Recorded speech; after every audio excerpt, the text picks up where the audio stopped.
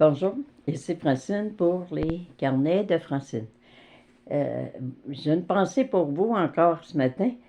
Contrôlez vos pensées et veillez à ce que votre esprit demeure animé de pensées positives. Faites en sorte que vos pensées dominantes soient le reflet de la personne que vous avez l'intention de devenir. Devenez, je vais enlever le mot contrôler parce que des fois, à trop essayer d'avoir le contrôle, je vais réussir, puis je suis dedans négatif, puis je te le dis que je suis tannée, puis comment je peux faire pour être positive, comment je peux faire pour contrôler mes pensées. Et moi, tout ce que je vous dis, c'est écoutez-vous. Écoutez-vous parler. Tu sais, combien de fois on entend des gens dire quand j'étais jeune, ma mère, elle disait tout le temps que j'étais pas bonne à rien, puis j'étais pas bonne en dessin, puis j'étais pas bonne, puis j'étais trop gênée, puis que j'étais laide, puis que franchement, je m'habillais mal, j'avais pas de goût.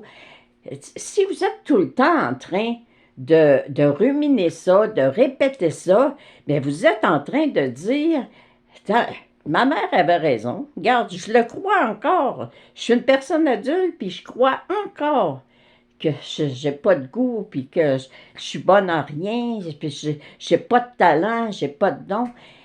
Alors, quand vous avez conscience que vous êtes en train de vous dénigrer comme ça, que vous êtes en train de ruminer des choses qu'on vous a dit, souvenez-vous d'une chose.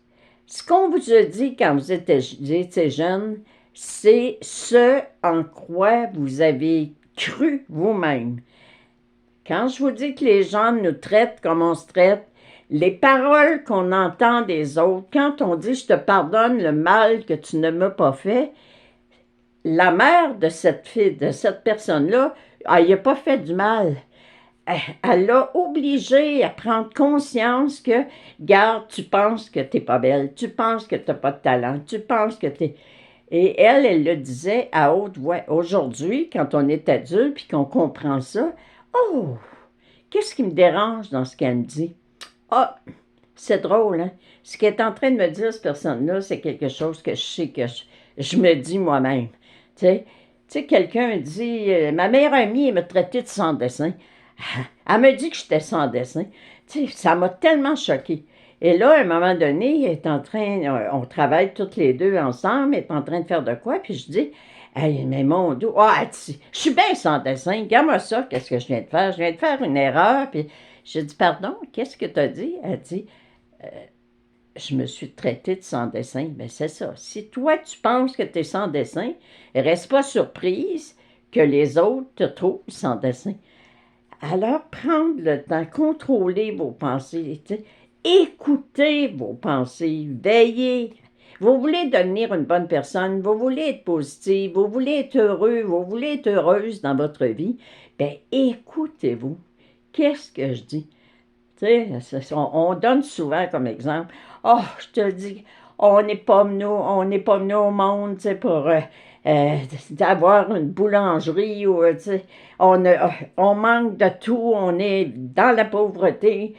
C'est donc de valeur qu'on n'ait pas choisi une famille riche, c'est donc de valeur que vous voulez l'abondance dans votre vie, bien, commencez à la faire arriver dans votre vie. Commencez à dire, je le mérite, j'y crois sincèrement. Alors moi, je me suis permis de demander à l'archange Isabelle, aide-moi à trouver une carte qui va confirmer un peu ce que je suis en train de dire. Et la carte que j'ai pigée, c'est 23, le pouvoir. Tout le monde a des hauts et des bas. Nous t'en supplions. Prends le temps de constater comment tu as le pouvoir de gérer tout cela. Par cette carte, moi, l'archange Isabelle, je te mentionne que tu es parfaitement conscient que tout le monde a des hauts et des bas dans son quotidien. Je sais bien que le fait de savoir que tu n'es pas le seul à avoir des périodes creuses n'est pas nécessairement un réconfort.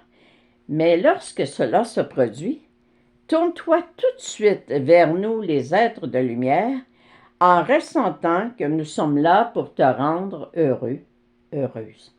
Nous tenons à confirmer qu'il n'est vraiment pas nécessaire que vous, les êtres humains, subissiez des désagréments dans votre vie.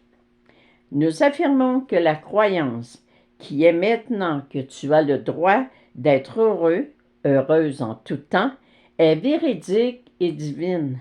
Nous affirmons que ta croyance qui est maintenant que tu as le droit d'être heureuse, d'être heureux en tout temps, est véridique et divine. Prière affirmée, je suis heureux en tout temps. Alors, quand vous écoutez vos pensées, quand vous écoutez penser, puis que vous dites, ah, oh non, je suis encore en train de penser à ce que maman me disait quand j'étais jeune. Je suis encore en train de penser à ce que le professeur m'a dit à l'école. Je suis encore en train de ruminer ça. Est-ce que ça me rend heureux? Est-ce que ça me rend heureuse? Est-ce que ça m'aide à avancer? L'enfant à l'intérieur de vous, là, il répond non, ça ne te rend pas heureux. Non, ça ne te rend pas heureuse. Tourne la page, passe à d'autres choses.